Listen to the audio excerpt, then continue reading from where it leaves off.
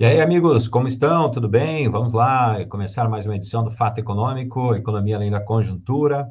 Nessa semana a gente vem trazer algumas informações relacionadas aí ao Boletim Focus, IBC-BR.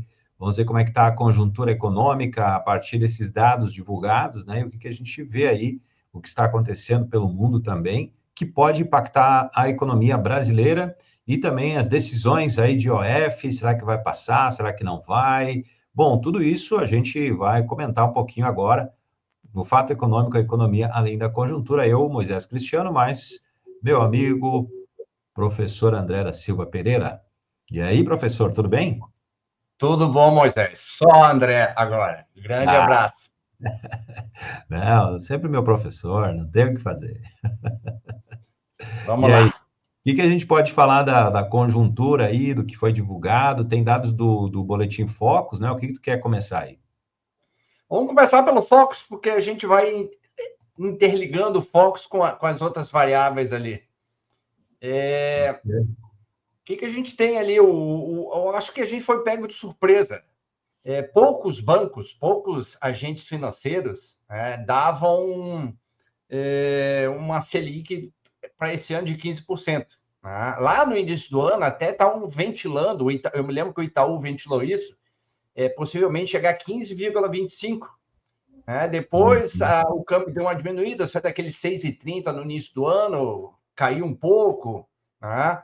A economia deu uma estabilizada, a inflação começou a caminhar, mesmo que para longe do centro da meta, mas caminhando ali para trás, a inflação um pouco mais acomodada.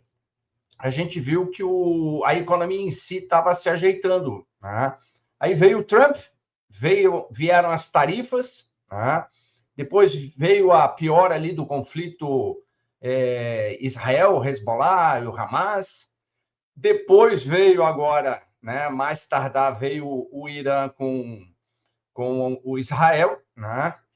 E aí, no finalzinho desse conflito de 12 dias, veio a bomba que jogaram lá no Irã, dos Estados Unidos, e aí entrou os Estados Unidos no conflito, na guerra, né, podemos dizer assim, e depois o Irã atacou o Catar. E nesse meio termo, a gente teve o impacto ali do petróleo tipo Brent. Né?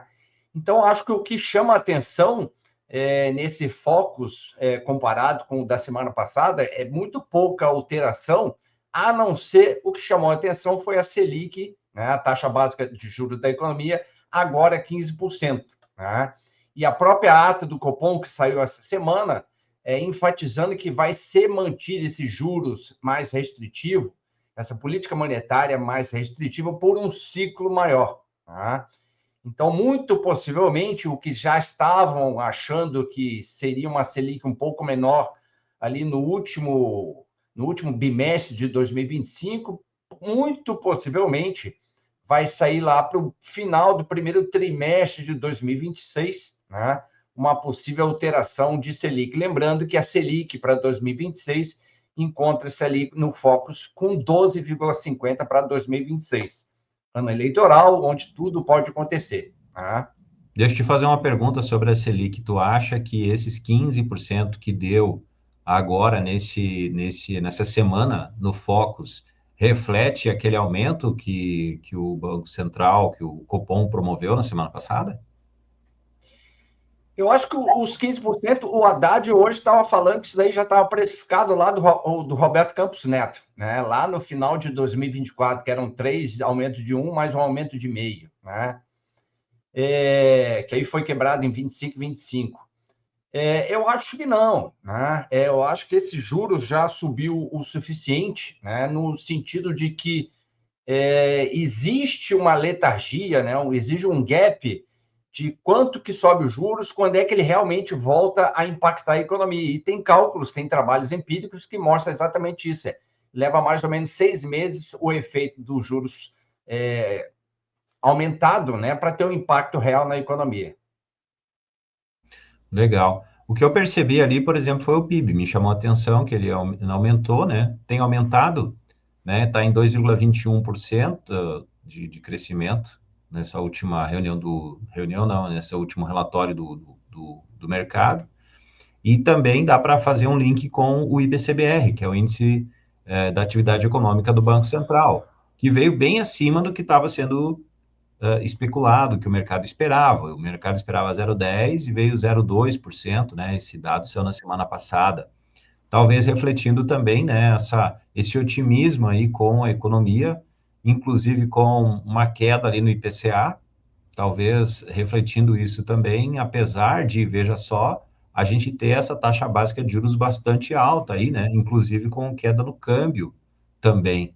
O que que tu acha que está acontecendo aí no mercado, sendo que temos uma taxa básica de juros alta, considerável, alta, apesar de ainda estar a inflação acima dos 4,5%, mas em queda ali nas expectativas, pelo menos, o que está acontecendo na tua opinião? Tu sabe assim, Moisés, eu li hoje um relatório do Bank of America que ele dá um crescimento dos países emergentes por volta de 2,3, 2,7%. Brasil, especificamente, né, tirando a China, dá alguma coisa por volta de 2,2, 2,4, né? Se a gente olha o relatório Focus, ele dá mais ou menos isso, né? 2,14, 2,20, 2,21. Então, a gente está nessa vizinhança do 2,2, alguma coisa para cima, para baixo, para o final de 2025, né?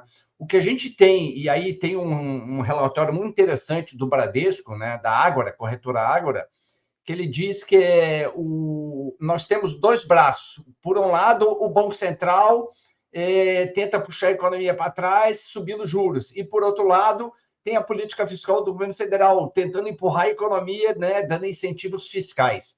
Então, a gente vê que existe esse descompasso, né, dos juros mais restritivos, tentando enxugar a economia, tentando trazer o produto potencial e efetivo para coisas próximas, mas essa política fiscal ainda incentivando o IBCBR, que cresceu pouco, mas cresceu acima da expectativa de mercado, 0,16, o mercado está esperando alguma coisa por volta de 0,1, né? E, ao mesmo tempo, ainda tem o mercado de trabalho aquecido em 2025, né? Já estamos quase em julho de 2025, o mercado de trabalho continua aquecido ali pelos dados do CAGED, e, ao mesmo tempo, também temos, né, com esse mercado de trabalho aquecido, a gente tem o setor de serviços ainda bombando, né? E a gente tem até esse processo inflacionário ali da área do setor de serviços. Então, a gente tem esses dois efeitos, né? Por um lado, a política monetária tentando trazer a economia para se ajustar e reduzir inflação, e, por outra, a política fiscal incentivando o consumo, renda, investimento, endividamento e assim por diante. Bom, então, com o arrefecimento lá do conflito entre Israel e Irã e a entrada dos Estados Unidos, como tu bem citou no início, você acha que daí o petróleo ali vai voltar aos patamares que estava, o Estreito de Hormuz não vai sofrer nenhuma interferência e vai ficar normal essa demanda aí, demanda nessa oferta pelo petróleo? E se isso acontecer, na tua opinião, o que tu acha? Como é que fica a inflação daí no Brasil? Isso também vai impactar aqui? Tu sabe assim, Moisés, com relação ao petróleo, eu estava acompanhando já o preço do petróleo tipo Brent, antes ainda do conflito Irã e Israel, né? Eu estava tentando ver assim, se existe uma correlação entre o Hamas, o Hezbollah e Israel, e isso impactando ali na região o preço do petróleo tipo Brent. Não tinha, né? A OPEP+, aumentou a oferta, né? Os Estados Unidos também aumentou a oferta, então a gente tem um excesso de oferta frente à demanda, né? Que está existindo uma concorrência grande dos carros elétricos e dos carros híbridos, né? Então você tem um consumo um pouco menor aí desse combustível fóssil. Mas, ao mesmo tempo que teve essa oferta maior de petróleo, a gente incorreu nesse conflito agora do Irã com Israel, né? Logo que teve o ataque de Israel no Irã, o petróleo tipo Brent subiu $10 de um dia para o outro, né? Saiu ali da vizinhança de 62, $65 para alguma coisa perto de 76, $77, né?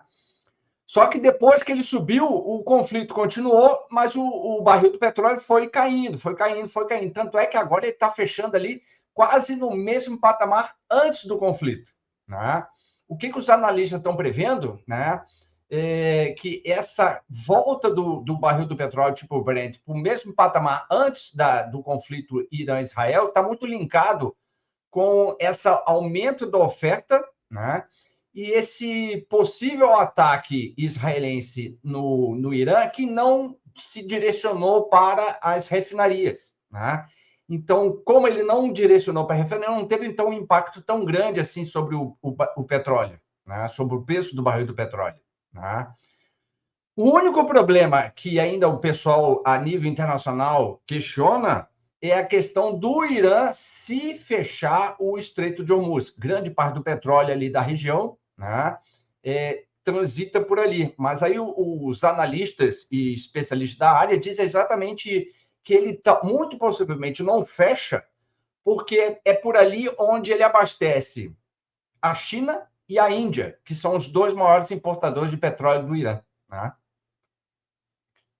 Legal, e além disso também nesse assunto relacionado ao combustível, hoje foi divulgado, né, que o Brasil está aumentando aí a mistura de biocombustível na gasolina e também no diesel, isso também, naturalmente, que vai impactar nos preços. Mas, enfim, eram essas as informações que a gente tinha, né, e também as análises que a gente sempre gosta de fazer aqui, com os dados que a gente tem. Hoje, o André trouxe aí essas informações muito pertinentes, né, que mostram exatamente como andam as expectativas, também com o Boletim Focus e o que a gente pode esperar da economia nos próximos meses. A gente volta a qualquer momento, em alguma outra ocasião, para trazer mais informações e análises da economia aqui no Fato Econômico, a economia além da conjuntura. Valeu, André, um abraço e até a próxima. Valeu, um abraço.